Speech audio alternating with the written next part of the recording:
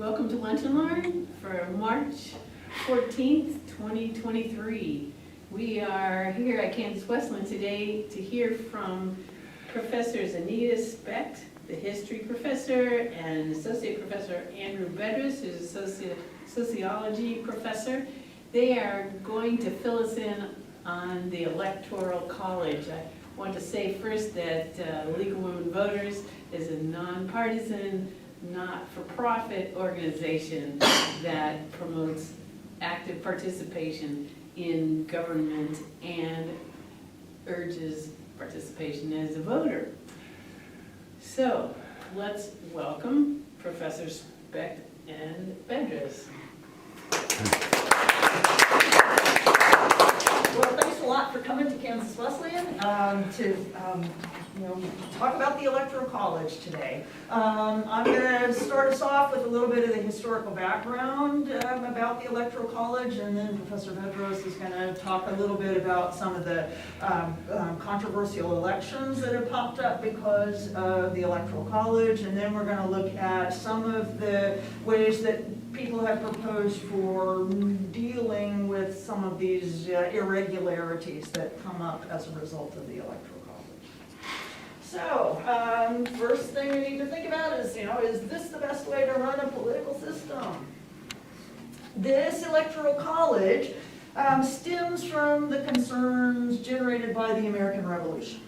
And when the founding fathers were debating how to develop a new government, the concerns that were most in their minds were these that are on the screen. They did not want to have, their first concern was to avoid tyranny, to make sure that no one group or person could dominate the political system and take the rights away from the citizens. They also, coming out of their own revolutionary moment, were concerned about avoiding continual rounds of revolution. How to develop a stable government that's not going to result in a revolution every time you turn around, because that's the way things were starting to look in 1787. So these folks, they want stability. They also wanted to avoid the creation of political parties, and this is something that we don't think about today. We just can't even imagine a world without political parties. But the founders did. They looked at the system in England. They said there's all these political parties, they're always fighting, there's always corruption, and we need to make a system where that's not going to happen. So they developed, in 1787, the Constitutional Convention, meeting to fix the problems that they saw in the Articles of Confederation. And one of the sticking points as they were developing the Constitution was how to elect the chief executive, the president. As they're thinking about this, they were thinking about all these options, things that they were concerned about, things that they wanted to avoid. And so one of the things that the founders had in mind was the fickleness of the population. That an ordinary person can't really be trusted with the heavy responsibility of voting. The people that are at the Constitutional Convention in Philadelphia in the spring and summer of 1787 didn't have a lot of faith in the ordinary person's ability to make a good choice. They feared that these people would be swayed by a demagogue, somebody who's a smooth talker, gets them all riled up, and they'll just make a bad choice. So they wanted to set up a system where basically you don't have an excessive democracy. They also believed that part of this is logical. The ordinary voter, the ordinary guy on the street can't know all the candidates, can't know them personally. And this is a valid point. So what they're thinking is, we need somebody to make this choice who actually knows the person that's running for this chief executive office. So they said, well, how should this be chosen? At the Constitutional Convention, there's options. Let the United States House of Representatives choose this person that's going to be the president. There's problems with that because, that then brings together these two branches of government, the legislative branch and the executive branch, potentially creating conflicts of interest. That's not a good idea. Then some folks said, well, we can let the state legislatures choose the chief executive because that's the way senators were originally chosen, state legislatures chose them. But this opens the door to corruption, as it did actually with the election of senators. And the founders saw the danger in letting state legislatures choose a president. So that's, not a good idea. They kicked this can down the road for several months. This choice of how to pick a president, that got kicked into the other business, until towards the end of the convention, they finally decided the Electoral College. The solution to all those 4 issues is this. And in your handout, I put the text of the original constitutional piece that specifies the Electoral College. So you can see that states basically appoint electors, and those electors are the ones that actually pick the president. And we, as you guys all know, we've learned this since grade school probably, we don't actually vote on the president when we vote on electors. And those electors in the founders' minds are people that are wise and have good connections, and they know the people that are involved in the race, and they will make a wise choice for us. That's the way this is supposed to work. We are supposedly voting on knowledgeable local people that can exercise the best choices in government. That's the way this is supposed to work. In the founders' minds, this is going to make it so that there's no state legislature that's going to grab a lot of power over this system, that's going to have state legislatures dominating the choice of a president or of a president. So it seems like a pretty good deal. And they said this is going to avoid parties because people are going to be voting, for a local guy that they know. And that local guy is not going to be enmeshed in all of these party networks and stuff. Actually, that's one of the first things that goes out the window. Well, it does say, in such manner as the state legislature directs. So the state legislature does have a lot of say in how that happens. The state legislature has a lot of say in how the electors are chosen. Let's see. This worked out great to start with, because Can I ask a question? Sure, absolutely. So does that mean that back in the beginning, these local electors' names were on the ballot? Let's see. Yes, I believe so. Huh. Yes. Not George Washington's name? No, I don't think so. I've seen an electoral ballot from when Abraham Lincoln was working, as a Whig, canvassing. And what they were voting on was not Henry Clay. They were voting on John Smith that was in Abraham Lincoln's, neighborhood, and that's who Abraham Lincoln was really trying to get elected. So, yeah, on the ballot. So the elector's name was on the ballot at That's that right. point. It was the elector's name that was on. But in the presidential election with Thomas Jefferson and Aaron Burr, their names were on the ballot, right? I don't know for sure. I don't think so. I think what people are voting on is, Joe Smith, who's going to vote for. Right, and you have to make sure you know who Joe Smith is for. That's Okay. right, that's right, Huh. yes. Yep. I'm pretty sure that's the way the ballots were structured.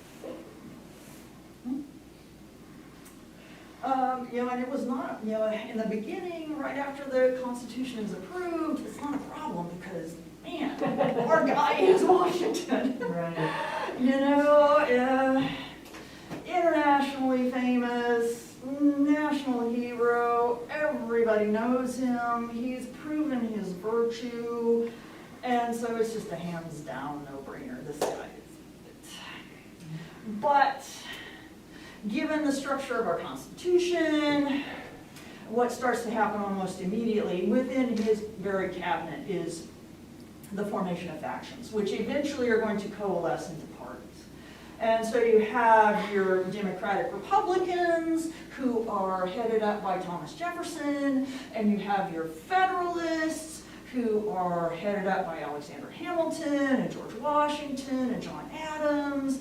So, by 1800, things have gone awry. And what happens is that we have this contest between the Federalist faction led by John Adams and the Democratic Republicans of Thomas Jefferson. A majority of the electors voted for the Democratic Republicans, so basically John Adams is lost. But the problem is the electors voted one vote for Thomas Jefferson, and they voted another vote for Aaron Burr, who's supposed to be the vice president. And that's the way these electors are thinking.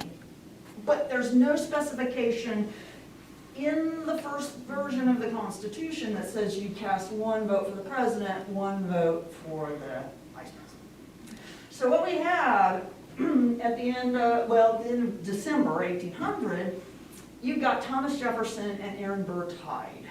Neither one of them won a majority of the electoral vote, which, as this specifies, if nobody gets a majority of the electoral vote, the election is kicked into the House of Representatives.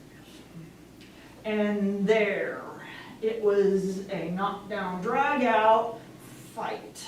Because Aaron Burr, who should have stepped down and said, yeah, cast all of your ballots for Thomas Jefferson, I'm going to be vice president, he says, no. He now sees a door open for his own ambitions. He's like, wow, I can pull this off. And so he had his factions within the House of Representatives, working on his behalf. And 35 ballots, and still no majority. And so what happens is Alexander Hamilton swallows his disdain for Thomas Jefferson because he hated Aaron Burr more. And he told his Federalist guys in the House of Representatives, hold your nose and vote for Jefferson, because Aaron Burr is a scoundrel. And so the Federalists that were in the House of Representatives, and they were a minority faction in the House, they were the ones that swayed the election. On the 36th ballot, they cast their lot with Jefferson, and so that's what got Jefferson into the presidency. And it's one of those things that caused Aaron Burr and Hamilton to really clash. It's also something that pretty much derailed Aaron Burr's political career, because, he wasn't playing ball with Thomas Jefferson. And so Jefferson, when he becomes president, Aaron Burr basically gets just thrown into the freezer of the vice presidency and isn't really able to achieve his political ambitions after that.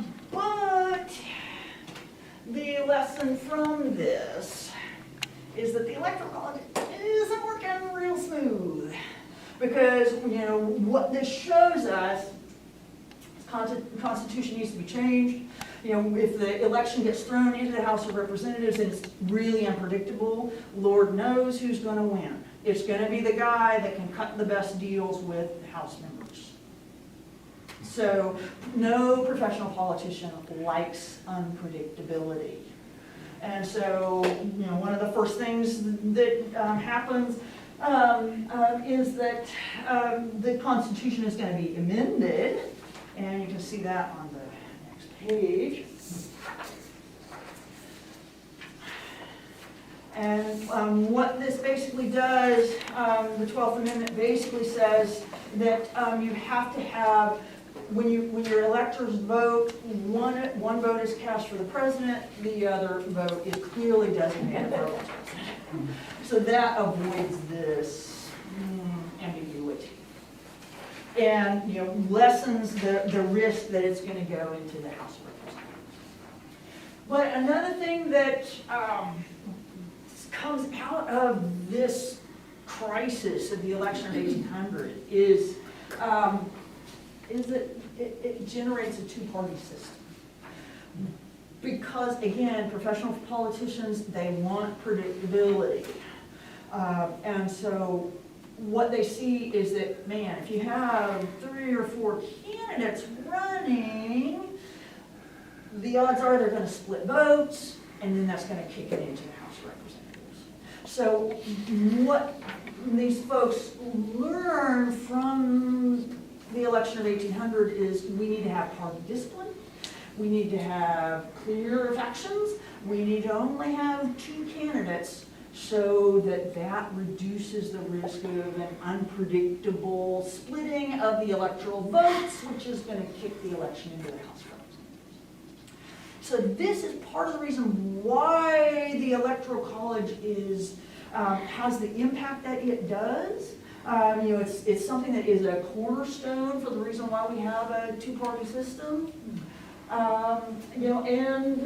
It's something that is intended to basically make elections more predictable.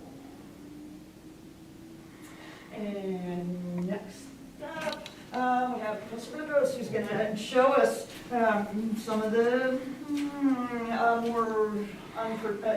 the elements of unpredictability, though, that are in our system.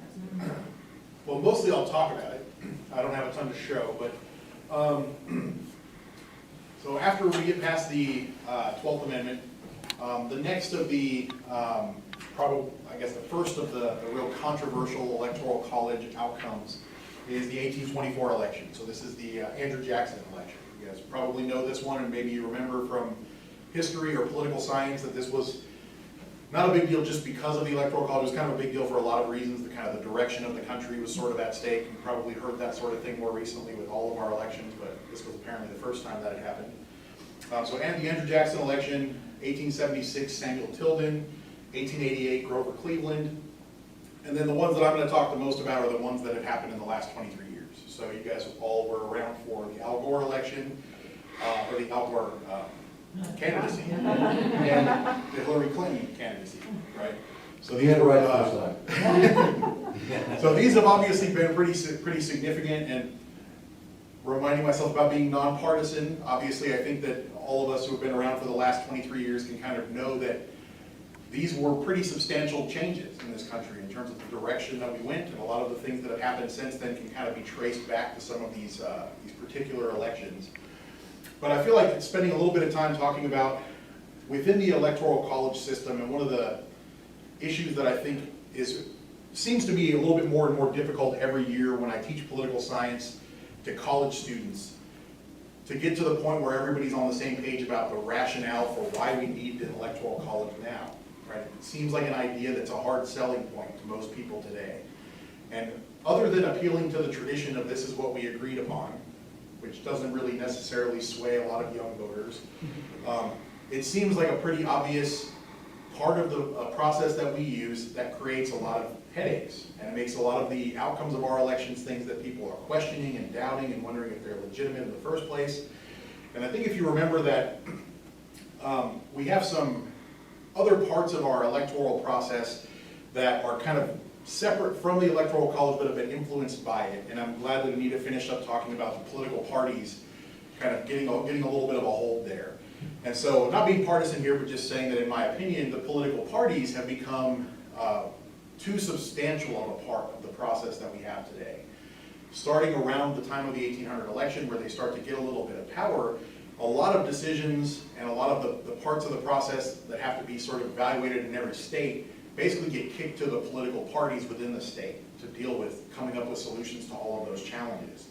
And remember that political parties are not even in the Constitution, right? So this is sort of an extra thing that we've added into the process without a Constitution involved. That's just become the way that we do business now. And I think that obviously leads to a little bit of a skeptical reaction for people who vote. You wonder about if this would have gone differently if a different political party had had a say in how this was going to work. We have these two political parties that have been so dominant in our society, I mean, pretty much since Lincoln, right? I mean, at the time of Lincoln, this is sort of when the parties sort of switched away from that, and the Republicans become their own thing. And today we were left with these two political parties, and most of us really can't even imagine what it would be like to have another option, right? I mean, I know that people do vote third party, but typically how do people react if you tell them you're going to vote for a third party? You're wasting your vote. Wasting your vote, right? This is the first thing people usually say. And even college students today still kind of feel that way. There's a little bit, I think, of maybe a competitive streak in our culture where people want to feel like they're a part of the winning team, or at least a team that has a really good, legitimate claim to the victory. And the idea of not having just two options, two teams to pick from, is kind of confusing and maybe a little bit scary to some people. So we end up then with just a couple of sets of ideas that get sort of shaped by their own programs, their own platforms that aren't really a part of the political process anymore, that then come back and impact the political process. So there's a whole bunch of that sort of thing that I think is really a weird thing in the way that our system works. One of the examples of that is that we don't have anywhere, at least anywhere consistently, because all the states now get to decide for themselves, whether or not there's a requirement that the people we choose as our electors have to go along with what the people want, right? So this has been a problem, but rarely, but obviously just enough of a problem that casting that little shadow of a doubt in people's mind during an election is kind of a big deal. So I found that of all of the electors in all of the elections, only 1% of them have gone against the will of the state that they were in. But obviously it's happened relatively recently. So we've heard these stories over the last few election cycles, and I think that makes people wonder if their vote really does matter. Now you're not even voting for the president, you're voting for somebody else, and that person doesn't have to do what you want them to do either, right? So it's getting to be a harder and harder sell that you really do have a voice, at least when it comes to the presidential elections. Now every state does this differently, so there's not like a clear system to it. Some states basically make all of these policies through the political parties. So they let the parties in the state make all the rules about how the electors have to behave. There are some states that say that the electors are required to go along with the majority vote in their state. There are some that say basically you just have to go along with whatever your party picks. So if you're a Republican, you got to vote for the Republican. If you're a Democrat, you got to go with the Democrat. So that's kind of the issue that I think we have most with the Electoral College today. Is second to who are the electors is very different than I think the way that it was described by Anita in the old days, where you might have actually known these people. Right. Now they're kind of heavy hitters within the parties, right? So those are the people who ultimately become the electors, who probably don't know you any better than anybody else does. And it sort of seems like less and less of a viable argument for having a system like this. There was a stat that I came across on fairvote.org, which was talking about the 2000 election. And the 2000 election is one of those critical elections in which Al Gore received more of the popular vote, And you guys all remember the fiasco. This was the first time I got to vote. That was my first election. So this was my introduction to the American system. And I felt like, I was pretty ahead of the curve. I was like a young high school kid. I'm like, I'm ready to do this. I'm around paying attention to politics. I care. I have an opinion. I'm allowed to vote this time, so I'm going to vote. And I go vote, and my guy didn't win.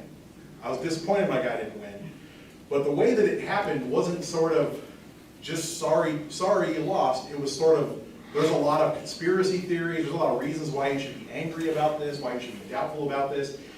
And I remember I was in a class in college, and the professor said, this is the first time I remember going to bed on an election night and not knowing who the president was going to be. And I just thought like, oh, well, we'll find out tomorrow or something. And it of course, drug out for a couple of months. You guys maybe recall all the fiasco down in Florida.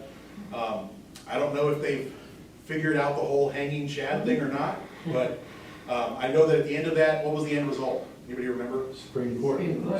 The Supreme Court, right? So again, something that, as far as I was aware at that point, wasn't a part of the process at all. Ultimately made the decision. So I got a bad taste in my mouth, and that was just kind of how it went for me.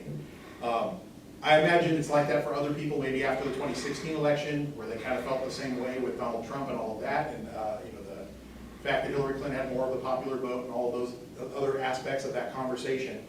But anyways, the stat that I found from the 2000 election said that based on the number of people who voted and the proportions of the popular vote and the Electoral College votes that they received, 80% of the public could have stayed home and the results would have been the same.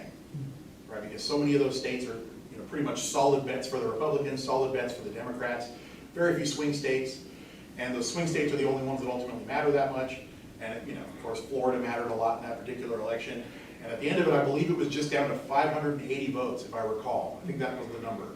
That's how close it was in Florida.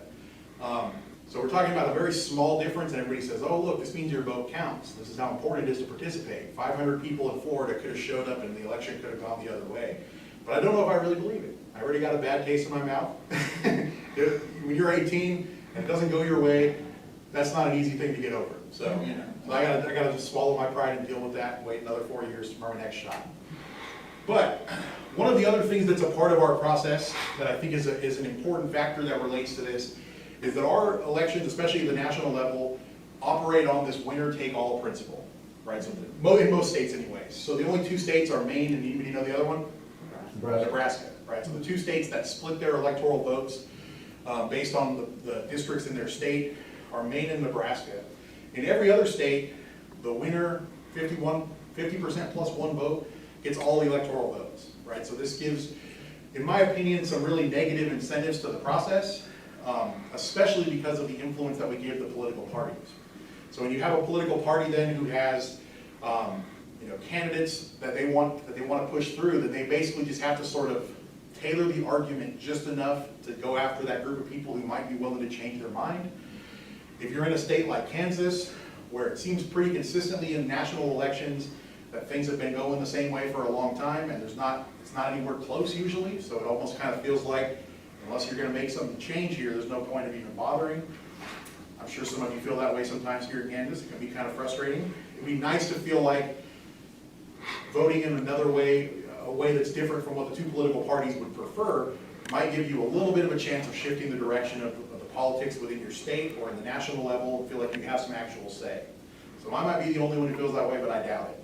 I think that if we were to move away from a system that included this winner-take-all approach, it might solve some of our problems, but I don't think it would solve all of them.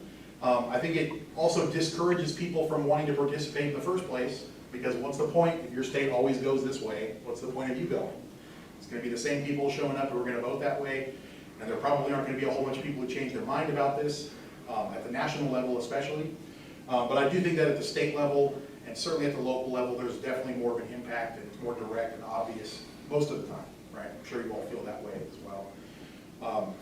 Usually the national elections get a lot more attention, a lot more money, a lot more flash, and so people pay attention to that. And a lot more voters too. That's Absolutely.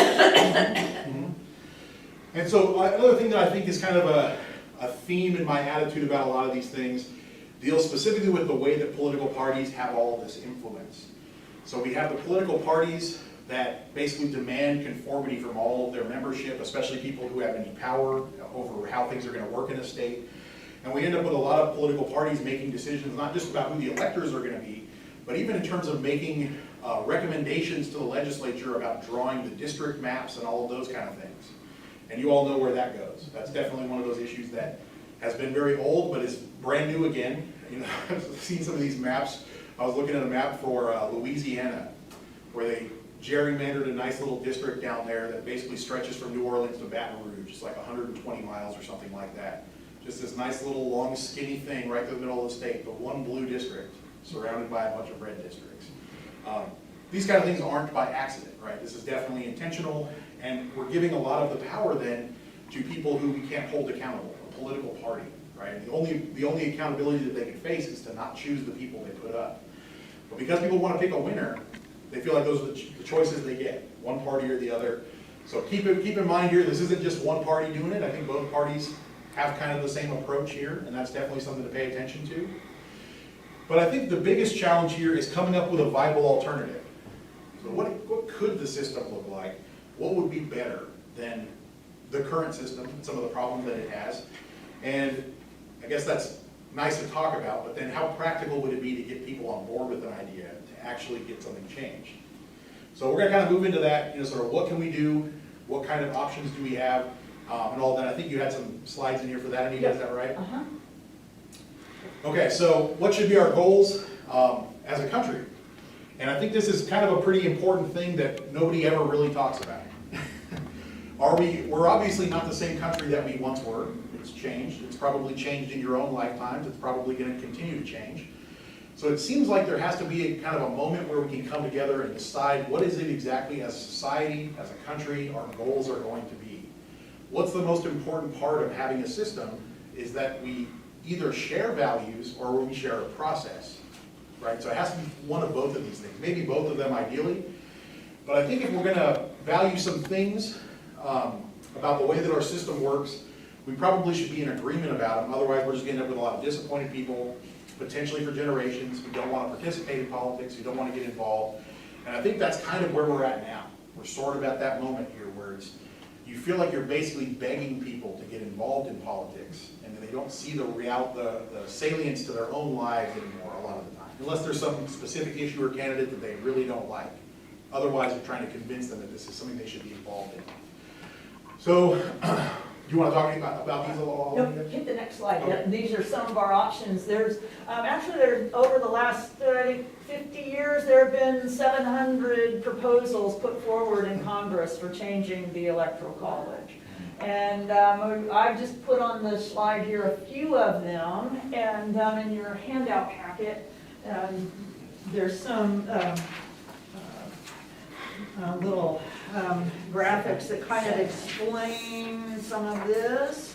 The first thing on the big picture shows how the system is working now, and with, as Professor Bedrous explained, sort of the predominance of a winner-take-all system of grabbing electors, except for Nebraska and Maine, which can split them.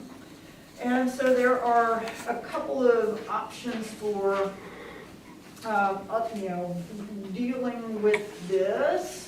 One of them is to eliminate the Electoral College, which, let's see, remember the statistic, I think 56% of Americans want to eliminate the Electoral College. Mm-hmm. Sounds right. Yeah, 58% of Americans want to eliminate the Electoral College. And if that was done based on this second page of the big picture, what you would see is that, we just go with the popular vote. And, in the 2016 election, that would have meant that Hillary Clinton would have won that election. But there are some other options for proportionaling your state's electoral votes. If you don't want to eliminate the Electoral College entirely. Well, wait a second. Yep, sorry, okay. Shouldn't we do the pros and cons of going with the popular vote? Does that make a difference? Yep. So it's easy, so why shouldn't we do it? I think it's a good idea. I think that the selling of this is going to be hard to do because of the influence of political parties. But I think Why that's- don't they want that? I think because generally speaking, it's something that either explicitly benefits the party's chances of success, and they don't want to get rid of it because they see that that might actually make a difference in terms of the outcomes. So, trying to be partisan about it, but typically I would argue that generally the Republicans are sort of hanging on largely through the Electoral College. You know, interestingly, the two elections that are kind of in the last 23 years where this was controversial are elections that Republicans ended up winning with fewer than the popular vote would have dictated. And particularly to get it passed by in the Senate, where you have much more predominant voting power to rural states which tend to be Republican. Both houses are, there are roadblocks, but particularly in the Senate. Absolutely. So I mean, I think that's the biggest, probably the biggest con or the biggest challenge that I could come up with. That would be a part of just going with the popular vote. I think it is simpler. I think people today, a lot of the rationales that I think were used to create the Electoral College in the first place, basically this idea that the average person doesn't know anything and why would we let them pick the president? I don't think people necessarily know any more than they did, but I think at least we have an opportunity to find out now a little bit more. It's a little bit more democratic access to information now than there once was, certainly during the time where they came up with this plan. And I think that generally speaking, people would probably like to feel the pride or the sorrow, I guess, that comes along with having an election and knowing that your vote is just counted the same as everybody else's, and this is the result. To me, those all sound like good reasons to do it. It seems like when I talk about this with college students, that's what they would all prefer. To them, it just makes sense. It sounds like the fairest way to do it. You count the votes, and whoever has the most votes wins. There are probably a lot of people in certain states where their party's hanging on by a thread who don't necessarily want to go that way, just for the reason that their party probably would lose. I think it also opens the door for more third-party candidates, which again throws unpredictability into the system, which neither Democrats nor Republicans want. Well, and couldn't you have, to accomplish that, ranked choice voting, and there are, I know, a variety of schemes out there. But if you had ranked choice, that in particular would give third-party or independent candidates much more opportunity to do that. Yeah. So. Yeah, and I believe interestingly that at the very beginning, Anita, you can correct me, but in the very beginning, one of the pieces of the Constitution kind of talked about the states having to pick two candidates, a first and a second place, with one of them not coming from the same state that they were in. So there was kind of this requirement that they weren't just picking their own hometown person. And I know that kind of just went out the window when the parties got involved. The parties are here now, so you're going along with what the party says, and that's requires a discipline. Everybody following along with whoever's in charge. So I think that's probably the biggest challenge. Of course, the other thing that would be challenging is that for a lot of people, despite all its flaws, this is what the Constitution says. And there's a lot of people who just feel like that's just sort of this important document, maybe even sort of holy to some people, and you can't change it. You certainly can't change it just because you want to see a difference in our outcomes, and maybe the Founding Fathers are infallible or whatever, right? Some people definitely, I think, take that perspective. Another thing that would be an argument in favor of the Electoral College is that when the founders created it, it was supposed to be a break on an out-of-control electorate, an electorate that's going to pick somebody that's going to be a dictator. That's another concern with the creation of the Electoral College. And so, by eliminating the Electoral College, you remove that potential break on an out-of-control system. However, The electors go against exactly, what the. that's the thing. That's the thing. If your states have the provision so that an elector can vote independently, that's when that safety break will be effective. Yep. So the other one next to that, these next two I think are kind of similar to each other, just sort of about potentially allocating electoral votes in a slightly different way based on the popular vote in the congressional district or the popular vote in the state or something along those lines. And there have been a few different proposals over the years for people who wanted to do that. I think that obviously that sounds like a good idea, probably more so in some states than others, which I think is kind of a part of the flaw here is that, again, the political parties tend to have a little bit more control if they can get everybody in the state to do what they say. So that becomes then a big part of the way that the process shakes out in different states, depending on where you look. I would also throw into the mix here, I'll skip to the last one here, which was the interstate compact idea, where a number of states have already kind of come together. 16 states, I believe. That's on the last page of your handout. So 16 states have come together, and combined those 16 states represent 195 electoral votes. So that's a pretty big chunk of what you would need to choose the president. And basically decided that within those states, they're going to basically require the electoral votes to go towards the person who wins the popular vote in that state. Right, so this sounds like a good idea for the most part. There have also been another 9 states who represent another 88 electoral votes. So if those 9 states got this through as well, and they've been able to get it through one of their chambers of legislation, not both, so they're getting the process moving forward, but it's probably stalled out at this point. But if those states that had already started making motion in this regard were all to get this done, then we would already end up with enough electoral votes to pick a president. Right, so we'd only end up taking, the total there would be 25 states. Half of the states could provide enough electoral votes to determine who the president's going to be. And the other states probably wouldn't really matter that much, I guess. How many electoral votes did you say the 16 states had? The 16 have 195, and then the 9 that have passed in one chamber have another 88. So we're at 200 and, let's say wrong number, 283 votes. So we're already past the threshold, right? You need to hit 270 electoral votes to win the presidency. So just those 25 states alone, if they were to pass this, would have enough electoral votes that the popular vote in those half the states could pick the president. Doesn't mean that they're all going to vote the same way, right? That's kind of the other part of this. That's where the other states come into the picture here. So,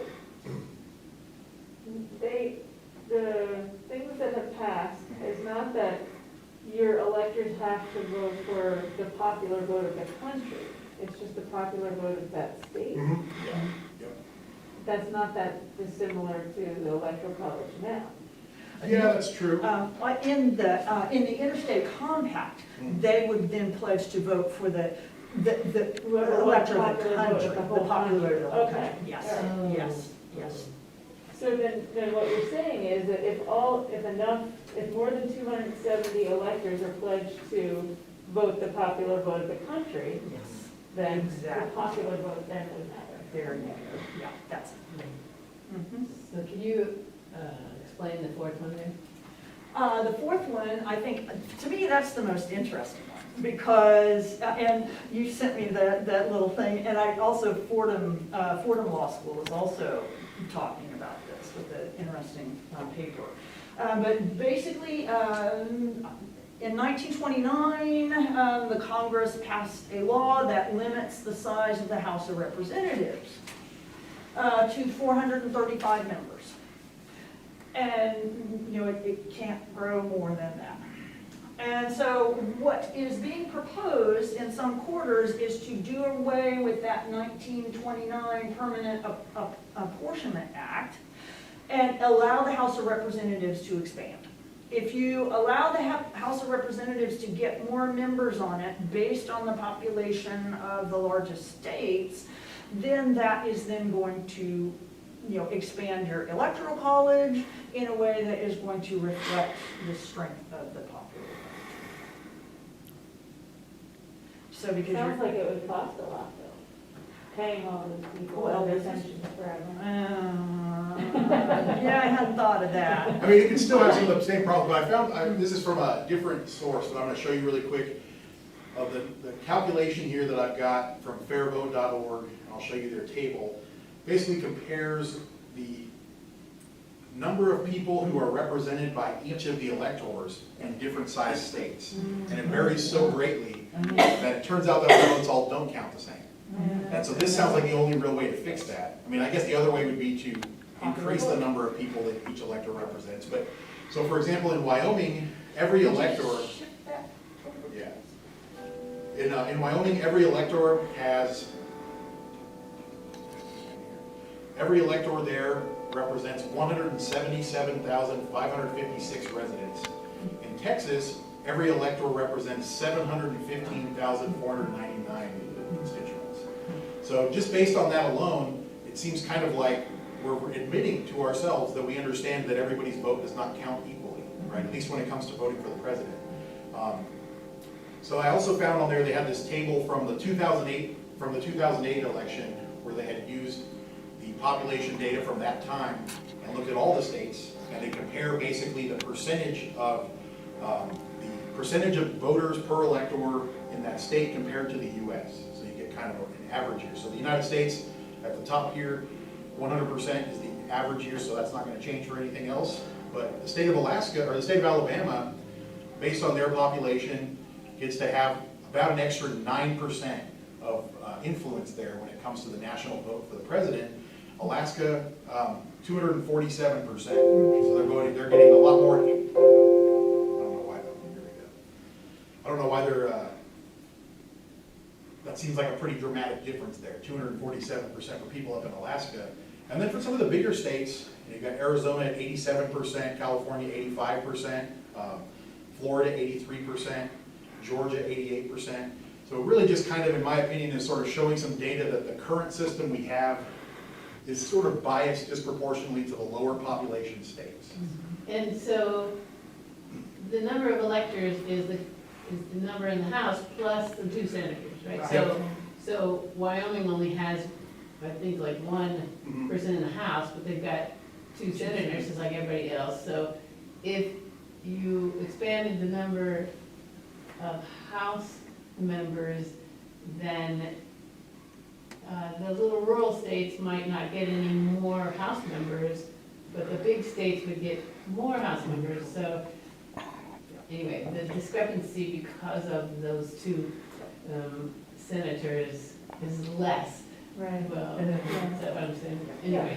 And that's why, also why, these ideas to, allocate electors proportionally, that's why that's gonna get hung up. Because the smaller states still have those 2 senators that are going to give even a proportional allocation of electors more sway to the small rural states because of those 2 senators.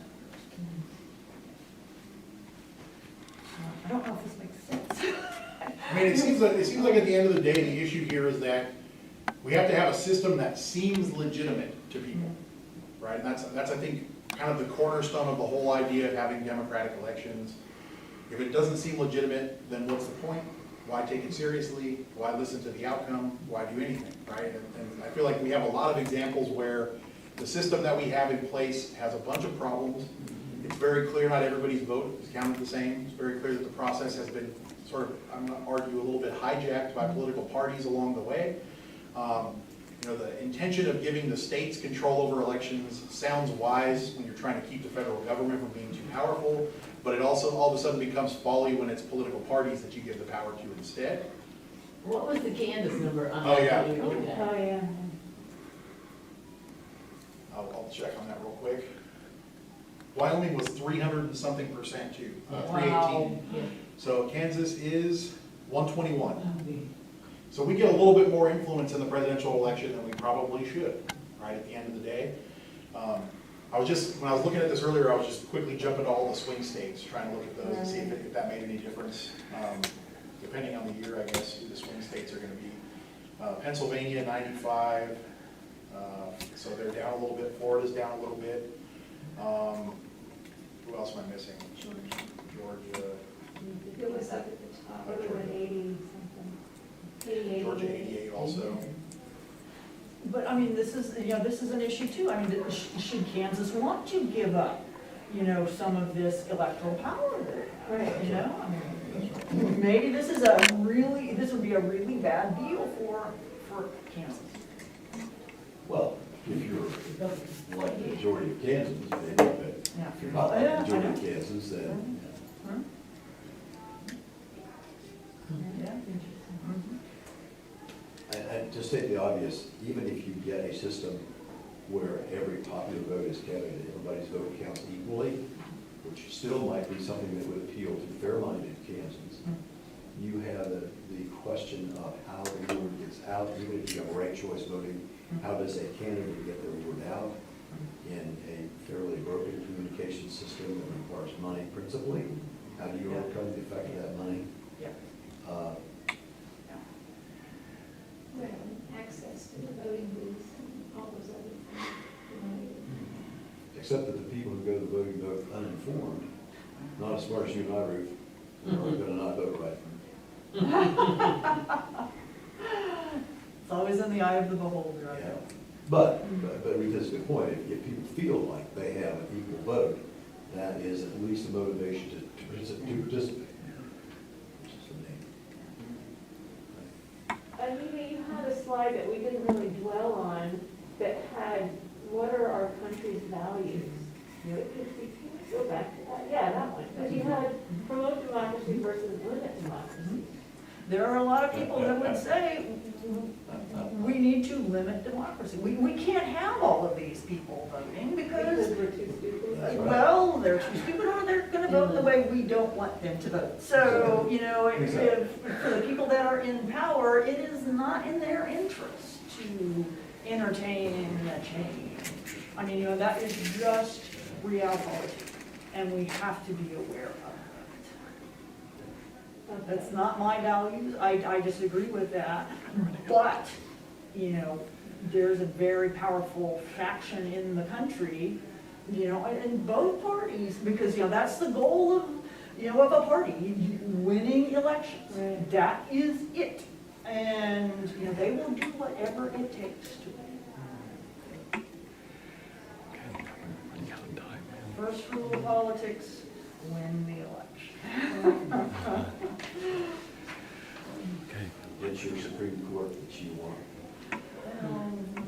That did used to be it. So, that's the end of your presentation? That's all that we've got. Okay, let's give him a hand.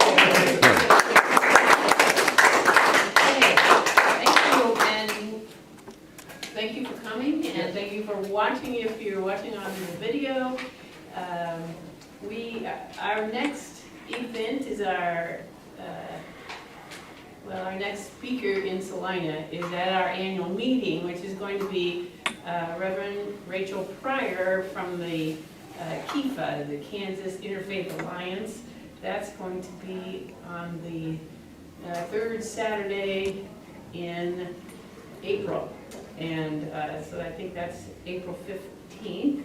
And we'll be having that at the Courtyard by Marriott in the afternoon, about 1 o'clock, I think, as our business meeting starting. And we'll also have a dessert bar for your pleasure, eating pleasure.